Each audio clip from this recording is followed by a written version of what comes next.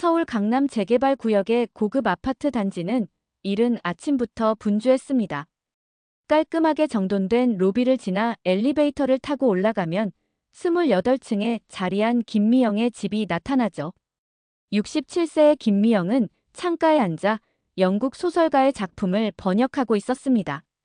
은퇴 후 시작한 이 일이 미영에게는 새로운 활력소가 되어주고 있었어요. 오랜 세월 쌓아온 실력을 바탕으로 한국 독자들에게 좋은 작품을 소개하는 일은 보람찼습니다. 창밖으로 보이는 한강이 유독 평화로워 보이는 오후였어요. 미영은 번역하던 원고에서 잠시 눈을 떼고 차 한 모금을 마셨습니다. 조용하고 평온한 일상이었죠. 하지만 그 평온함 속에는 작은 균열이 숨어 있었어요. 엄마, 저희 왔어요. 현관문이 열리며 아들 정우의 목소리가 들려왔습니다. 미영은 안경을 벗고 일어나 거실로 나갔어요. 정우 옆에는 금발의 리사가 서 있었습니다. 결혼한 지 이제 석 달째. 아직도 어색함이 남아있는 며느리였죠. 어머니, 안녕하세요. 리사가 어색한 한국어로 인사했습니다. 발음이 서툴렀지만 예의를 지키려는 모습이 보였어요. 미영은 따뜻하게 미소 지으며 답했습니다.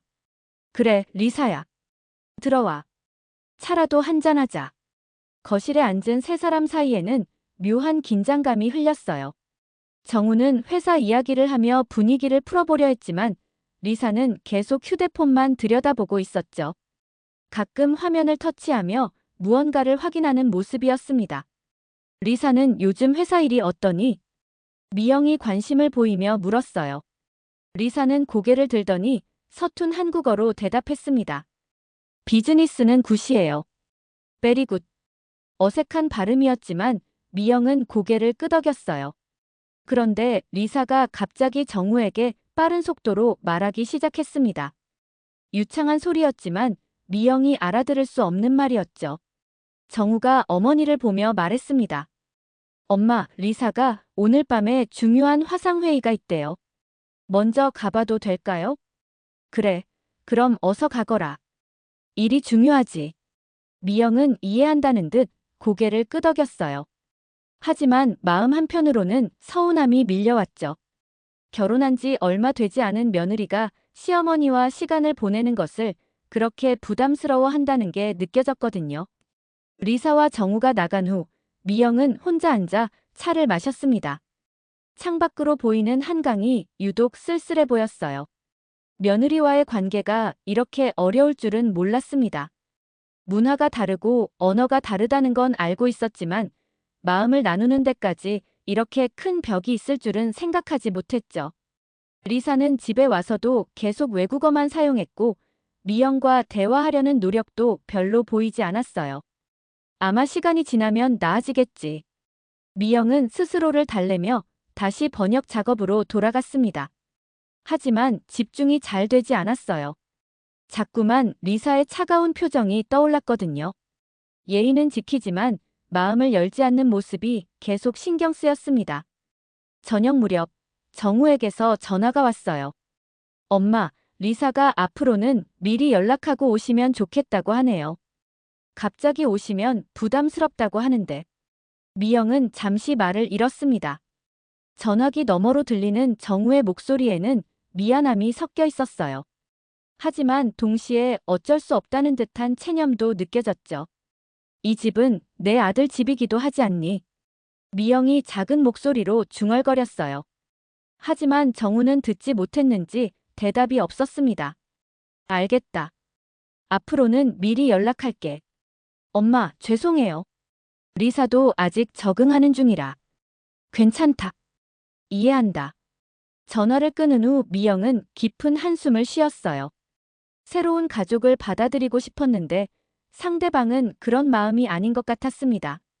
하지만 아들의 행복을 위해서라도 참고 기다려봐야겠다고 생각했어요. 밤이 깊어가는 아파트 안에서 미영은 혼자만의 시간을 보냈습니다. 번역하던 소설 속 주인공처럼 미영도 새로운 관계 속에서 자신의 자리를 찾아가야 했죠. 하지만 그 길이 생각보다 험난할 것이라는 예감이 들었어요. 창밖으로 보이는 도시의 불빛들이 반짝였습니다. 수많은 사람들이 살아가는 이 큰 도시에서 미영은 문득 외로움을 느꼈어요. 아들이 결혼하면서 새로운 식구가 생겼지만 오히려 더 멀어진 것 같은 기분이었습니다. 리사와의 관계는 단순히 언어의 문제가 아니었어요.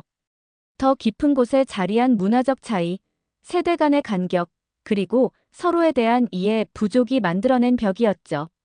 미영은 그 벽을 허물고 싶었지만 혼자만의 노력으로는 한계가 있다는 걸 깨달았습니다.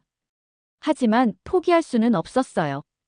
아들이 선택한 사람이고 이제는 한 가족이 된 사람이니까요. 미영은 마음속으로 다짐했습니다. 시간이 걸리더라도 리사와 좋은 관계를 만들어 나가겠다고 말이죠. 그날 밤 미영은 오랜만에 잠들기 전까지 책을 읽었어요. 번역하던 소설의 원문을 다시 읽어보니 새로운 의미가 보였습니다. 서로 다른 문화에서 온 두 사람이 이해하고 사랑하게 되는 이야기였거든요. 현실은 소설보다 복잡하지만 미영은 희망을 잃지 않기로 했습니다. 한 달 후 정우의 생일이 다가왔습니다. 미영은 며느리와의 관계를 개선할 좋은 기회라고 생각했어요. 아들의 특별한 날을 함께 축하하면서 가족의 정을 나눌 수 있을 거라는 기대가 있었죠. 정우야, 생일상은 엄마가 준비할게. 리사도 좋아할 만한 음식으로 해볼까? 미영이 전화로 제안했을 때 정우는 기뻐했습니다. 엄마, 정말요? 리사도 분명 좋아할 거예요. 한국 음식을 더 알아가고 싶어 하거든요. 미영은 마음이 설렜어요. 드디어 리사와 가까워질 기회가 온 것 같았거든요. 미영은 며칠 전부터 정성스럽게 준비를 시작했습니다. 생일 당일, 미영은 오래도록 입지 않았던 한복을 꺼내 입었어요. 진분홍색 저고리에 자주색 치마가 어우러진 고운 한복이었죠. 거울 앞에 서니 옛날 젊은 시절의 모습이 떠올랐습니다. 부엌에서는 정우가 어릴 때부터 좋아했던 갈비찜이 끓고 있었어요. 그 옆에는 색깔 고운 나물들과 전들이 정갈하게 준비되어 있었죠. 미영은 리사를 위해 특별히 매운맛을 줄인 김치찌개도 끓였습니다. 어머니, 정말 대단하세요. 정우가 먼저 도착해서 상차림을 보며 감탄했어요. 미영의 얼굴에는 만족스러운 미소가 번졌습니다. 오랜만에 아들을 위해 정성껏 음식을 차린 기분이 좋았거든요. 리사는 언제 와? 곧 올 거예요. 회사에서 바로 오고 있대요. 잠시 후 현관문이 열리면서 리사가 들어왔습니다. 정장 차림의 리사는 거실에 들어서자마자 놀란 표정을 지었어요. 한복을 입은 미영과 전통적인 상차림을 보고 잠시 말을 잃은 것 같았죠. 와, 정말 많이 준비하셨네요. 리사가 어색하게 말했습니다. 미영은 환하게 웃으며 답했어요. 우리 정우 생일인데 당연하지. 리사도 좋아할 만한 음식들로 준비했어. 그런데 리사가 갑자기 휴대폰을 꺼내더니 어디론가 전화를 걸기 시작했어요. 피자 라지 사이즈 2개요. 콤비네이션이랑 페퍼로니로요. 미영은 깜짝 놀랐습니다. 이미 음식을 다 준비해 놓았는데 피자를 주문한다니요. 정우도 당황한 표정이었어요. 리사, 엄마가 이렇게 준비해 주셨는데. 아, 게스트들이 곧 올 거야. 피자가 더 편할 것 같아서. 게스트라니요? 미영은 아무 말도 들은 적이 없었어요. 정우도 마찬가지로 놀란 표정이었죠. 1시간 후 리사의 회사 동료들이 도착했습니다. 외국인 2명과 한국인 1명이었어요. 리사는 자연스럽게 외국어로 대화를 시작했죠. 이게 코리안 트레디셔널 푸드야. 정우 맘이 만든 거야. 리사가 손님들에게 음식을 소개했지만 어투에는 묘한 뉘앙스가 있었어요. 마치 신기한 구경거리를 보여주는 것 같은 느낌이었죠.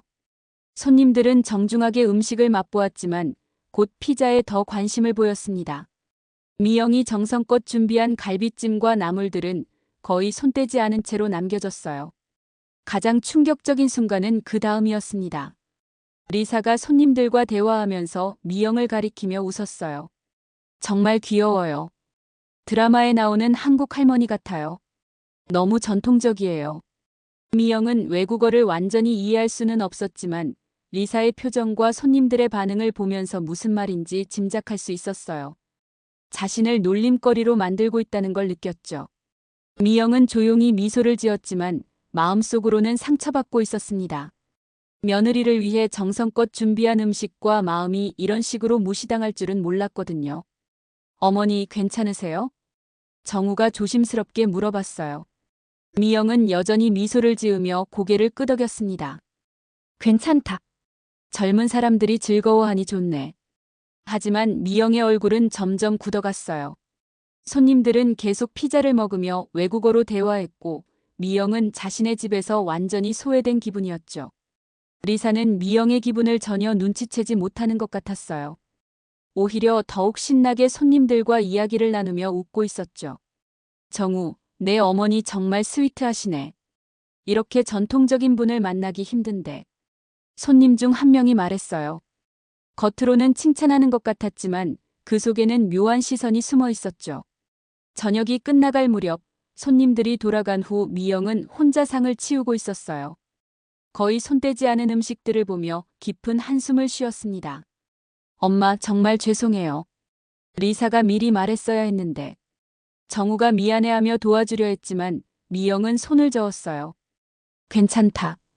이해한다. 하지만 미영의 마음은 전혀 괜찮지 않았어요. 오늘 일로 리사에 대한 생각이 완전히 바뀌었거든요. 단순히 문화 차이가 아니라 기본적인 예의와 배려가 부족한 사람이라는 걸 깨달았죠. 그날 밤 미영은 한복을 벗으며 거울을 보았어요. 오늘 하루 동안 자신이 얼마나 초라해 보였을까 생각하니 마음이 아팠습니다. 며느리에게 인정받고 싶었던 마음이 이렇게 상처가 될 줄은 몰랐어요. 미영은 침대에 누워서도 잠이 오지 않았습니다. 리사의 웃음소리와 손님들의 시선이 계속 떠올랐거든요. 분명히 무언가 바뀌어야 한다는 생각이 들었어요. 하지만 어떻게 해야 할지는 아직 모르겠었죠. 생일잔치 이후 일주일이 지났지만 미영의 마음속 상처는 아물지 않고 있었습니다. 며느리에게 받은 모욕감이 계속 떠올랐거든요. 하지만 미영은 여전히 참고 기다리기로 했어요. 아들의 행복을 위해서라도 말이죠. 그런데 그날 오후 예상치 못한 일이 벌어졌습니다. 리사가 갑자기 집에 왔는데 휴대폰으로 누군가와 통화를 하고 있었어요. 미영은 거실에서 번역 작업을 하고 있었는데 리사는 미영이 있는 줄도 모르는 듯 큰 소리로 전화 통화를 계속했습니다. 오마이갓, 정말 힘들어. 시어머니가 너무 부담스러워. 리사의 목소리가 거실까지 들려왔어요. 미영은 손을 멈추고 귀를 기울였습니다. 지난번에도 그랬잖아. 한복 입고 나타나서는 전통 음식 잔뜩 해놓고. 정말 시대착오적이야. 마치 조선시대 사람 같아. 미영의 가슴이 철렁 내려앉았어요. 리사가 자신을 그렇게 생각하고 있었다니요. 정우는 엄마 편만 들고. 나는 여기서 완전 외국인 취급받고 있어. 한국 문화 배우라고 하는데 이런 구식 문화를 왜 배워야 하는지 모르겠어. 리사의 목소리는 점점 커졌어요. 마치 미영이 들을 수 없다고 확신하는 것 같았죠. 그 할머니 겉으로는 착한 척하지만 속으로는 날 못마땅해해. 눈빛만 봐도 알겠어. 전형적인 꼰대 시어머니야. 미영은 더 이상 참을 수 없었습니다. 조용히 일어나서 리사가 있는 곳으로 걸어갔어요. 리사는 여전히 등을 돌리고 전화통화를 계속하고 있었죠. 그러니까 말이야. 정우한테도 말했어. 앞으로는 미리 연락하고 오라고. 갑자기 나타나면 정말 불편하다고. 바로 그때 미영이 입을 열었습니다. 하지만 이번에는 한국어가 아니었어요. 만약 나에 대해 할 말이 있다면 내 거실에서가 아니라 내 면전에서 직접 하는 게 어떨까요? 완벽한 발음의 유창한 말이었어요. 리사는 깜짝 놀라며 뒤를 돌아봤습니다. 휴대폰이 손에서 떨어질 뻔했죠. 어머니. 리사의 얼굴은 창백해졌어요. 미영이 자신의 말을 모두 이해했다는 걸 깨달은 순간이었죠. 네, 맞습니다. 시대착오적인 조선시대 할머니 맞아요. 미영의 목소리는 차분했지만 단호했어요. 리사는 말을 잇지 못하고 있었죠. 친구한테 전화 끊으세요. 우리 이야기 좀 해봅시다. 리사는 황급히 전화를 끊었어요. 손이 떨리고 있는 게 보였죠. 어머니, 저는. 앉으세요. 미영이 소파를 가리켰어요. 리사는 어쩔 수 없이 앉았습니다. 미영도 맞은편에 앉으며 리사를 똑바로 바라봤어요. 리사 씨, 제가 바보인 줄 알았나요? 아니에요. 그런 게 아니라. 그럼 제가 모르는 줄 알았나요? 당신이 저를 어떻게 생각하는지. 리사는 대답하지 못했어요. 미영의 완벽한 실력에 충격을 받은 것 같았죠. 저는 서울대학교 문과대학 교수였습니다. 30년 동안 학생들을 가르쳤어요. 옥스퍼드 대학교에서도 교환 교수로 일했고요. 리사의 눈이 점점 커졌어요. 제가 번역하는 소설들 모두 출판사에서 의뢰받은 정식 번역서입니다. 제 이름으로 출간되는 책들이에요. 미영은 잠시 말을 멈추고 리사를 바라봤어요. 당신이 저를 무식한 시골 할머니로 생각했다면 그건 당신의 착각이었어요. 어머니, 제가 정말 죄송해요. 저는 아직 끝나지 않았어요. 미영의 목소리에는 위험이 있었어요. 리사는 입을 다물었죠. 저는 젊은 시절 미국에서도 공부했습니다. 그곳에서도 당신처럼 저를 무시하는 사람들이 있었어요. 동양 여자라고 구식이라고 뒤떨어진다고 생각하는 사람들 말이에요. 미영의 눈에는 과거의 상처가 스며들어 있었어요. 하지만 저는 그런 편견을 이겨냈습니다. 실력으로, 노력으로 말이에요. 그런데 제 며느리가 저에게 똑같은 편견을 갖고 있을 줄은 몰랐어요. 리사는 고개를 숙였어요. 부끄러움과 당황스러움이 섞인 표정이었죠. 리사 씨, 저는 당신을 받아들이려고 노력했어요. 문화가 달라도 언어가 달라도 가족이 될 수 있다고 생각했거든요. 어머니. 하지만 당신은 저를 처음부터 무시했어요. 제가 당신보다 못하다고, 배울 게 없다고 생각했죠. 미영은 일어나서 창가로 걸어갔어요. 한강이 내려다 보이는 창가에 서서 말을 이었습니다. 이제부터는 달라져야 해요. 저도 당신을 무시하지 않을 테니 당신도 저를 함부로 대하지 마세요. 리사는 여전히 고개를 숙이고 있었어요. 미영의 진짜 모습을 알게 된 충격이 컸던 거죠. 정우한테는 오늘 일을 말하지 않겠어요. 하지만 앞으로는 서로 예의를 지켜가며 지내봅시다. 미영이 돌아서며 마지막으로 말했어요. 그리고 리사 씨, 제가 시대착 오적이라고 했는데 예의와 존중은 시대를 초월하는 가치예요. 그건 한국이나 미국이나 마찬가지죠. 리사는 한동안 아무 말도 하지 못했어요. 자신이 얼마나 큰 실수를 했는지 깨닫기 시작했거든요. 어머니, 정말 죄송합니다. 제가 너무 무례했어요. 사과는 마음으로 하는 거예요. 말로만 하는 게 아니라. 미영은 차분하게 말하고는 자리를 떠났어요. 리사는 혼자 남아서 깊은 생각에 잠겼죠. 그날 이후 리사는 미영을 다른 시선으로 보게 되었어요. 무시했던 시어머니가 사실은 자신보다 훨씬 뛰어난 사람이었다는 걸 깨달았거든요. 그리고 미영도 변했어요. 더 이상 일방적으로 참지 않기로 한 거죠. 두 사람 사이에 진짜 대결이 시작된 순간이었습니다. 충돌 이후 한 달이 지났습니다.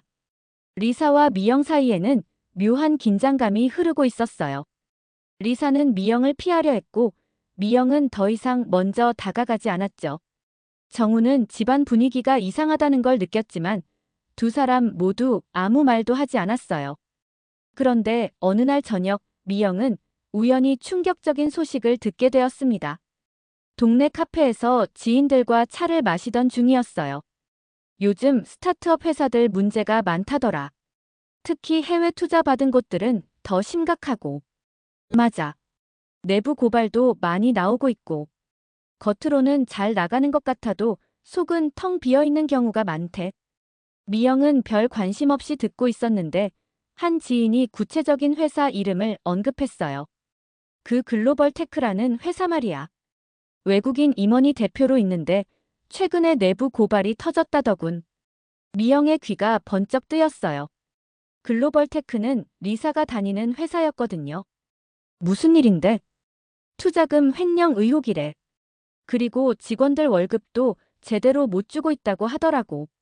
미영은 충격을 받았어요. 리사가 그렇게 자랑스러워하던 회사가 그런 상황이었다니요. 집에 돌아온 미영은 곧바로 인터넷 검색을 시작했어요. 글로벌 테크에 대한 기사들이 하나둘 나오기 시작했거든요. 대부분 경제 전문 매체의 작은 기사들이었지만 내용은 심각했어요. 내부 고발자가 제기한 의혹들, 투자금 유용, 허위 매출 보고. 미영은 더 자세히 알아보기로 했어요. 오랜 세월 학계에 몸담았던 경험으로 정보를 수집하는 데는 자신이 있었거든요. 며칠 후 미영은 예전 제자 중 한 명이 변호사가 되었다는 걸 기억해냈어요. 곧바로 연락을 취했죠. 교수님, 오랜만이에요. 무슨 일로 연락하셨어요? 혹시 기업 관련 법률 자문을 구할 수 있을까? 개인적인 일이긴 한데. 미영은 조심스럽게 글로벌 테크의 상황에 대해 물어봤어요.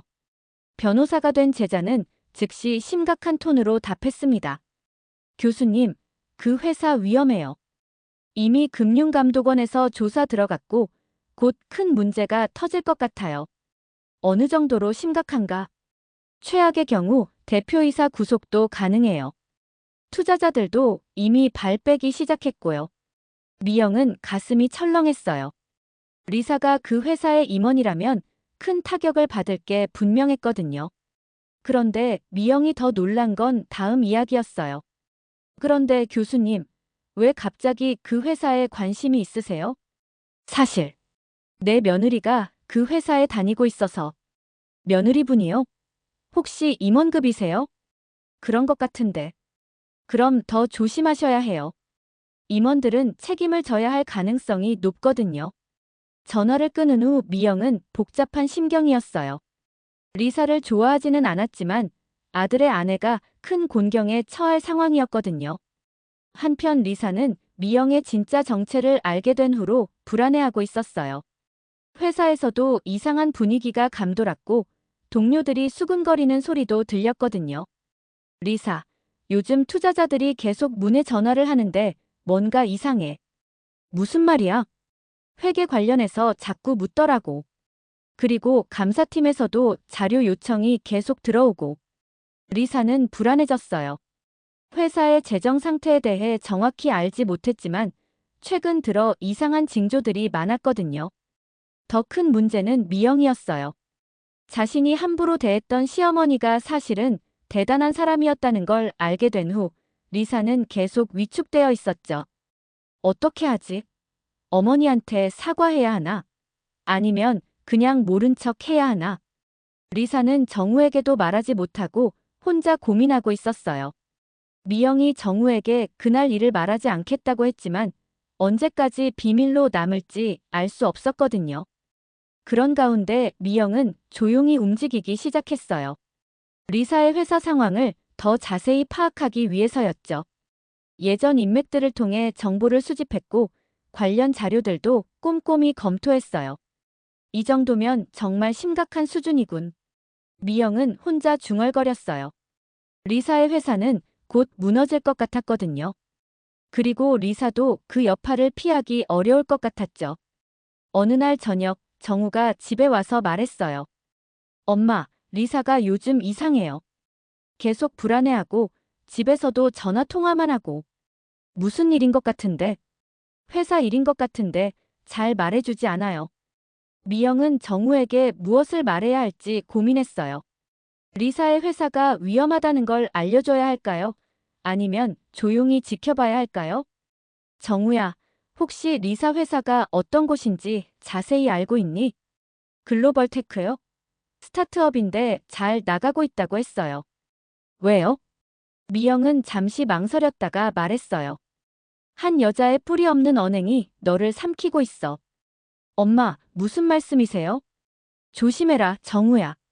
모든 게 겉으로 보이는 것과 다를 수 있어. 정우는 어머니의 말을 이해하지 못했지만 뭔가 심각한 상황이라는 건 느꼈어요. 그날 밤 리사는 미영에 대해 인터넷 검색을 해봤어요. 그리고 충격적인 사실들을 발견했죠. 미영은 정말로 서울대학교 교수였고 옥스퍼드 대학교 개건 교수 출신이었어요. 번역서도 여러 권 출간했고 학계에서도 인정받는 인물이었죠. 내가 정말 큰 실수를 했구나. 리사는 후회하기 시작했어요. 하지만 이미 늦었다는 생각이 들었죠. 미영과의 관계는 돌이킬 수 없을 만큼 나빠져 있었고 회사 상황도 점점 악화되고 있었거든요.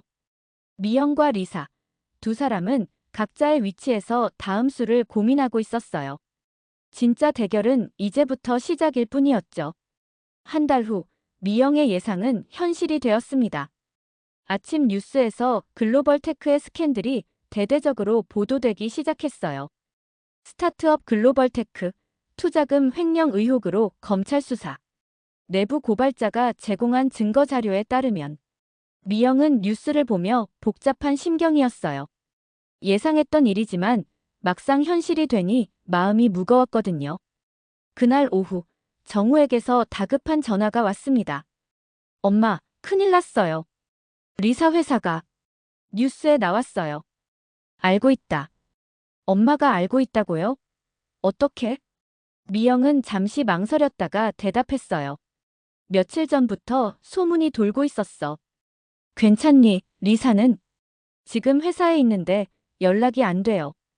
투자자들이 몰려와서 난리라고 하더라고요. 그 순간 현관문이 급하게 열리는 소리가 들렸어요. 리사가 창백한 얼굴로 들어왔죠. 눈이 붓고 화장이 번진 모습이었어요.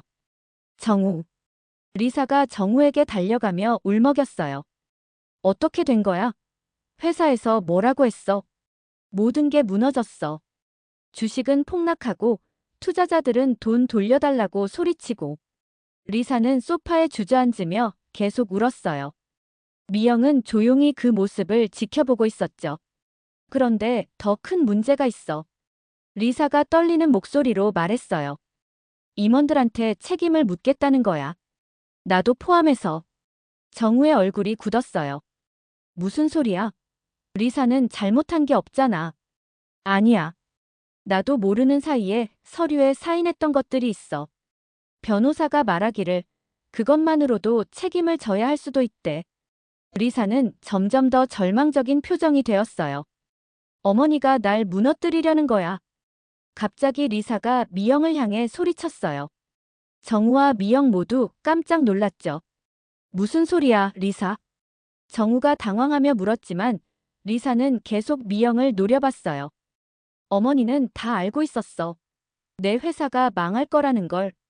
리사, 너 지금 뭐 하는 거야? 정우가 화를 내며 일어났어요. 당신 어머니가 얼마나 무서운 사람인지 모르는구나. 나를 처음부터 싫어했고 이제 복수하고 있는 거야. 그만해. 정우가 크게 소리쳤어요. 이런 정우를 본 건 처음이었죠. 어머니한테 왜 이래? 회사 일은 어머니와 아무 상관없어. 상관없다고. 어머니가 누군지 알아? 서울대 교수 출신이라고. 네트워크가 얼마나 넓은지 알아? 리사의 말에 정우는 더욱 혼란스러워했어요. 엄마가 교수였다는 건 알지만 그게 리사 회사와 무슨 상관이? 다 계획된 거야. 나를 망치려고. 리사는 히스테리컬하게 소리치며 집을 나가버렸어요. 정우는 어쩔 줄 몰라 하며 뒤따라갔죠. 리사, 잠깐. 하지만 리사는 돌아보지 않았어요. 정우도 결국 리사를 따라 집을 나갔습니다. 혼자 남은 미영은 깊은 한숨을 쉬었어요.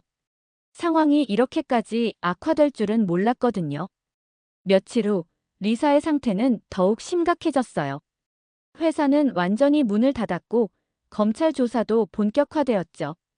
리사는 스트레스로 잠을 못 자고 제대로 먹지도 못했어요. 정우는 어머니와 아내 사이에서 갈등하고 있었어요. 리사가 계속 미영을 의심하고 있었거든요. 정우, 어머니한테 물어봐. 정말 아무것도 모르고 있었는지. 리사, 그런 소리 그만해. 어머니가 내 회사를 망칠 이유가 뭐가 있어? 이유는 충분해. 나를 싫어하니까. 그런 가운데 더 충격적인 소식이 들려왔어요. 리사가 정신적 충격으로 쓰러진 거예요. 응급실로 오세요. 정우에게서 다급한 전화가 왔을 때 미영은 즉시 병원으로 향했어요. 병원에 도착하니 정우가 복도에서 기다리고 있었어요. 얼굴이 초췌해진 모습이었죠. 어떻게 됐어? 과로와 스트레스래요. 며칠 입원해야 한다고 하네요. 미영은 병실 문 앞에서 잠시 머뭇거렸어요. 들어가야 할까 말아야 할까 고민이 되었거든요. 엄마, 들어가세요. 정우가 말했지만 미영은 여전히 망설였어요. 괜찮을까? 리사도 많이 힘들어해요. 어머니가 와주시면. 미영은 결국 병실 문을 열었어요. 리사는 침대에 누워 천장을 바라보고 있었죠. 미영이 들어오는 걸 보고도 아무 말이 없었어요. 리사야. 미영이 조심스럽게 불렀지만 리사는 대답하지 않았어요. 미영은 병실 한편에 놓인 의자에 앉았어요. 그리고 조용히 리사를 지켜봤죠. 한참 후 리사가 작은 목소리로 말했어요.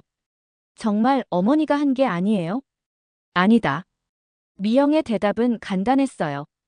그럼 왜 이런 일이 생겼을까요?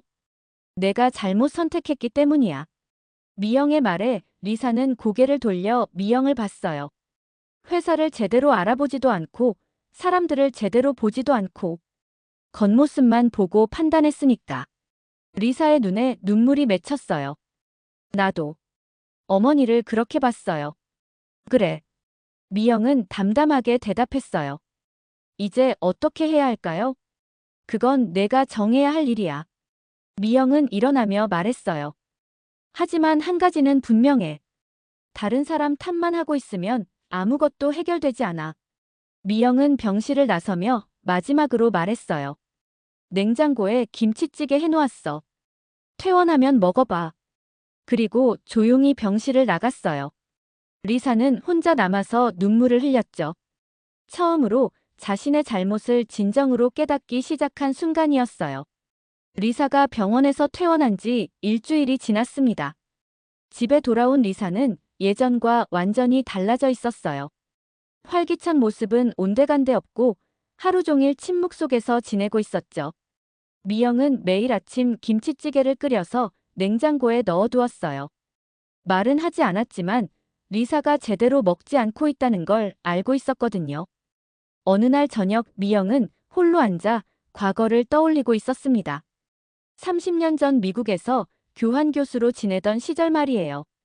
김 교수님, 동양 여성이 이런 수업을 할 수 있을까요? 당시 한 동료 교수가 했던 말이었어요. 미영은 그때 얼마나 상처받았는지 기억했죠. 당신의 영어 발음은 학생들이 이해하기 어려울 텐데요. 동양 문학에 대해서는 전문가겠지만 서구 문학을 가르치기에는 끊임없는 편견과 무시 속에서도 미영은 굽히지 않았어요. 더 열심히 준비하고 더 완벽하게 수업을 했죠. 결국 학생들의 인정을 받았고 동료들도 미영을 인정할 수밖에 없었어요. 나는 언어로 누군가를 배제하지 않기로 했는데 미영은 중얼거렸어요. 그런데 자신도 모르는 사이에 리사를 똑같은 방식으로 대했던 건 아닐까 싶었거든요. 그때 리사가 부엌으로 나왔어요. 냉장고를 열어서 김치찌개를 꺼내더니 조용히 데우기 시작했죠. 미영은 그 모습을 지켜보며 마음이 복잡했어요. 맛있어요. 리사가 작은 목소리로 말했어요. 미영은 고개를 끄덕였죠. 고마워요, 어머니. 괜찮다. 두 사람 사이에는 어색한 침묵이 흘렸어요. 하지만 예전의 적대적인 분위기와는 달랐죠. 며칠 후 리사는 병실에서 가져온 노트북을 켰어요. 그리고 우연히 미영에 대해 더 자세히 검색해봤습니다. 검색 결과는 놀라웠어요. 미영은 단순히 서울대 교수가 아니었어요. 옥스퍼드 대학교에서 객원 교수로 활동했고 하버드에서도 강의한 경험이 있었죠. 출간한 번역서만도 20권이 넘었고 학술 논문도 수십 편이나 되었어요. 세계적인 학자네. 리사는 감탄할 수밖에 없었어요. 자신이 얼마나 무지했는지 깨달았거든요. 특히 미영이 쓴 한 논문이 리사의 눈길을 끌었어요. 문화 간 소통의 장벽과 극복 방안이라는 제목이었죠. 논문을 읽어보니 미영이 겪었던 차별과 편견에 대한 이야기가 담겨 있었어요. 언어와 문화의 차이는 소통의 벽이 될 수 있지만 진정한 이해와 존중이 있다면 그 벽을 허물 수 있다. 리사는 논문을 읽으며 눈물이 났어요. 미영이 얼마나 많은 고생을 했는지 그리고 얼마나 깊은 지혜를 가진 사람인지 알게 되었거든요. 그 다음에는 미영의 강의 영상을 찾아봤어요. 유튜브에 올라온 공개 강의였는데 조회수가 수십만 회나 되었죠. 화면 속 미영은 유창하게 2개 국어를 오가며 강의하고 있었어요. 학생들의 질문에도 재치 있게 답하고 깊이 있는 통찰을 보여주었죠. 진정한 소통은 언어의 완벽함에 있지 않습니다. 서로를 이해하려는 마음에 있어요. 미영의 말이 리사의 가슴을 파고들었어요. 내가 잘못했어. 난 무지했고 오만했어. 리사는 처음으로 진심으로 후회했어요. 미영을 무시했던 자신이 얼마나 어리석었는지 깨달았거든요. 그날 밤 리사는 정우에게 모든 걸 털어놓았어요. 정우, 나 정말 잘못했어. 무슨 소리야? 어머니한테 정말 죄송해. 내가 어머니를 완전히 잘못 봤어. 리사는 눈물을 흘리며 자신이 했던 일들을 모두 고백했어요. 어머니를 무시했던 것, 친구들 앞에서 모욕했던 것, 그리고 회사 일까지 어머니 탓으로 돌렸던 것까지 말이에요. 정우는 충격을 받았어요. 리사가 어머니를 그렇게 대했다는 걸 전혀 몰랐거든요. 리사, 어떻게 그럴 수 있어? 미안해. 정말 미안해. 나는 어머니가 그냥 평범한 할머니인 줄 알았어. 하지만 어머니는 나보다 훨씬 뛰어난 분이셨어. 엄마가 뭐라고 하셨어? 아무 말씀도 안 하셨어. 그냥 김치찌개만 끓여주시고. 정우는 어머니의 마음을 생각하니 가슴이 아팠어요. 그동안 어머니가 얼마나 참고 견뎠을지 상상이 되었거든요. 다음 날 미영은 혼자 산책을 나갔어요. 한강공원을 걸으며 마음을 정리하고 있었죠. 리사와의 관계에서 자신도 완전히 자유롭지 못했다는 걸 인정하고 있었어요. 나도 편견이 있었나? 미영은 스스로에게 물어봤어요. 리사를 처음 봤을 때부터 서구 여성에 대한 선입견이 있지 않았을까 싶었거든요. 서로 다른 문화에서 왔으니 이해하기 어려운 건 당연해. 하지만 노력은 해야 하는 거 아닌가? 미영은 자신도 부족했다는 걸 인정했어요. 리사에게 더 다가가려고 노력했어야 했는데 너무 성급하게 판단했던 것 같았거든요. 집에 돌아온 미영은 부엌에서 저녁을 준비하고 있었어요. 그때 리사가 조심스럽게 다가왔죠. 어머니, 도와드릴까요? 괜찮다. 제발요. 저도 배우고 싶어요. 미영은 리사를 바라봤어요. 예전과는 완전히 다른 표정이었죠. 진심 어린 눈빛이었어요. 그럼 양파 썰어볼래? 네. 리사는 서툴지만 열심히 양파를 썰었어요. 눈물이 나서 자꾸 눈을 닦았지만 포기하지 않았죠. 어머니, 정말 죄송해요. 제가 너무 무례했어요. 이제 그런 이야기는 그만하자. 아니에요. 말씀드려야 해요. 어머니가 얼마나 대단한 분인지 이제야 알았어요. 미영은 조용히 듣고 있었어요. 저는 어머니를 무시했어요. 하지만 어머니는 저보다 훨씬 많은 것을 아시고 훨씬 지혜로우신 분이에요. 리사야. 네. 우리 모두 부족해. 완벽한 사람은 없어. 미영의 말에 리사는 고개를 끄덕였어요. 이제부터 새로 시작해보자. 서로를 진짜로 알아가면서 말이야. 그날 저녁, 세 사람은 함께 식사를 했어요. 오랜만에 평화로운 저녁 식사였죠. 진정한 화해의 시작이었습니다. 화해 후 2달이 지났습니다. 리사와 미영의 관계는 조금씩 나아지고 있었지만 리사의 경제적 상황은 여전히 어려웠어요.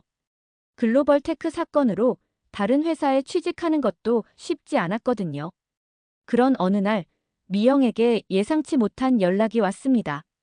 김 교수님, 오랜만입니다. 혹시 시간 되시면 한번 뵙고 싶은데요. 전화를 건 사람은 미영의 예전 제자 중 한 명이었어요.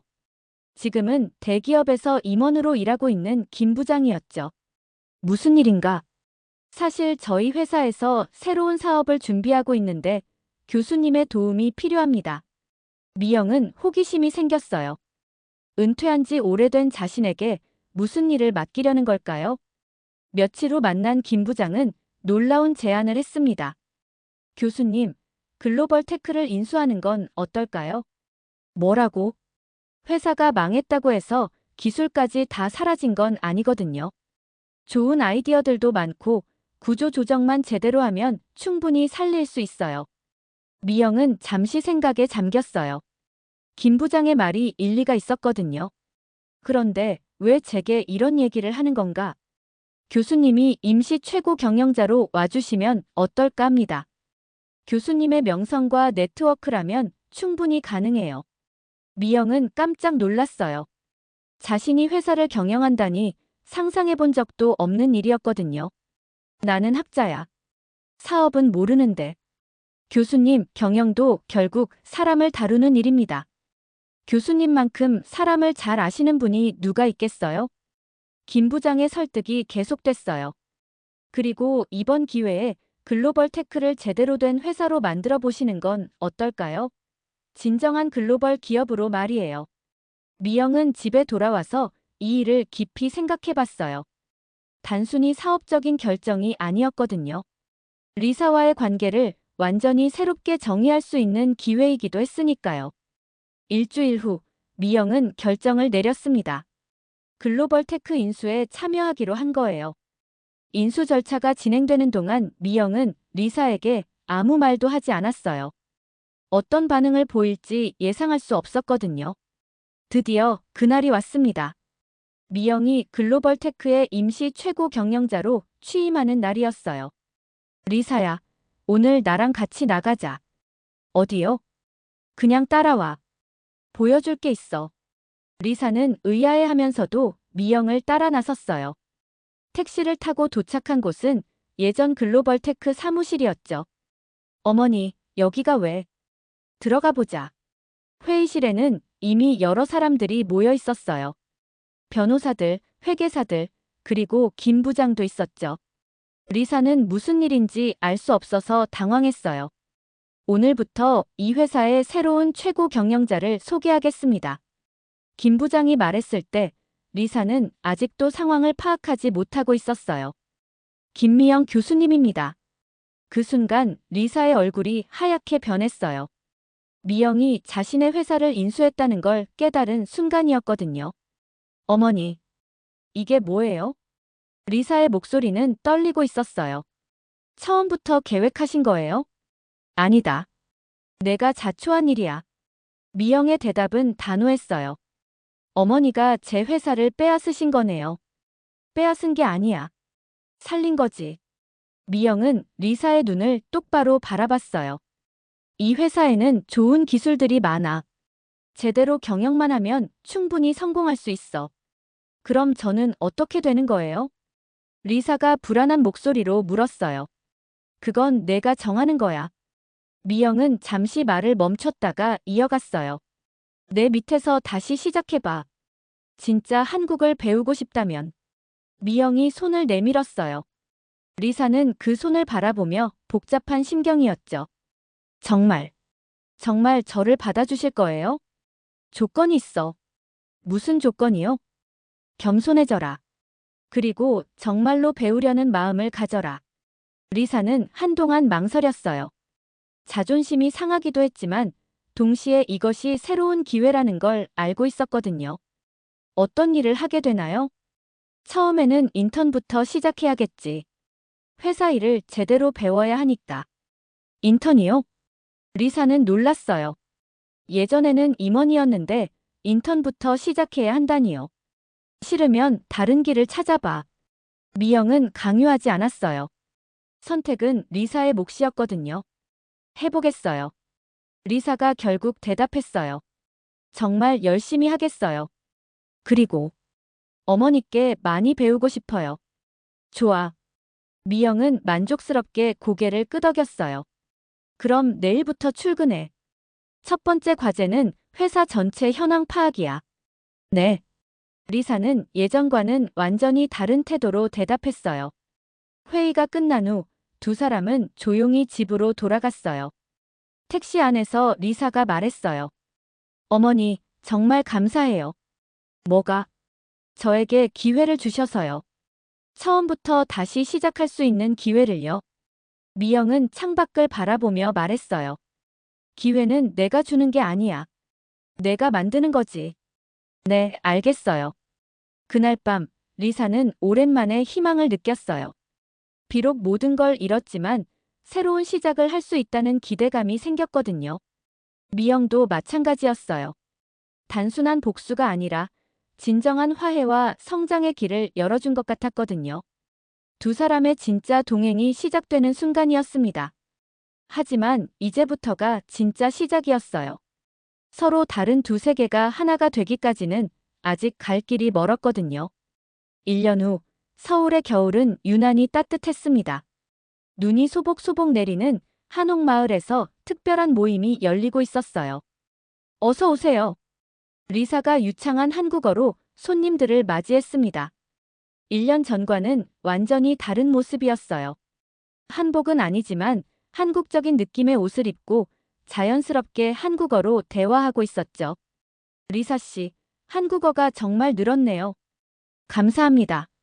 매일 연습하고 있어요. 이곳은 미영이 새롭게 시작한 문화교류센터였어요. 한옥을 개조해서 만든 이 공간에서는 매주 한국어 수업과 문화체험 프로그램이 열렸죠. 어머니, 준비 다 되었어요. 리사가 안채에서 나오는 미영에게 말했어요. 미영은 차분한 미소를 지으며 고개를 끄덕였죠. 오늘은 특별한 날이었어요. 글로벌 테크가 성공적으로 재건된 것을 기념하는 행사이자 미영과 리사가 함께 진행하는 전통시장 홍보 캠페인 발표회가 있는 날이었거든요. 여러분, 안녕하세요. 미영이 마이크 앞에 섰어요.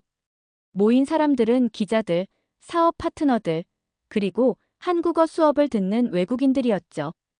오늘 저희가 발표할 프로젝트는 단순한 사업이 아닙니다. 서로 다른 문화가 만나 새로운 가치를 만들어내는 실험이에요. 미영의 말에 사람들이 집중했어요. 전통시장과 최신 기술을 접목시켜 외국인 관광객들이 한국의 진정한 맛과 정서를 경험할 수 있도록 하는 것이 목표입니다. 그 다음으로 리사가 나섰어요. 안녕하세요. 저는 글로벌 테크 마케팅 이사 리사입니다. 리사의 한국어는 이제 거의 완벽했어요. 발음도 자연스럽고 높임말도 정확하게 사용했죠. 1년 전만 해도 저는 한국 문화를 이해하지 못했습니다. 아니, 이해하려고 노력하지 않았어요. 리사는 솔직하게 자신의 이야기를 시작했어요. 하지만 어머니, 김미영 대표님께서 저에게 진짜 한국을 가르쳐 주셨습니다.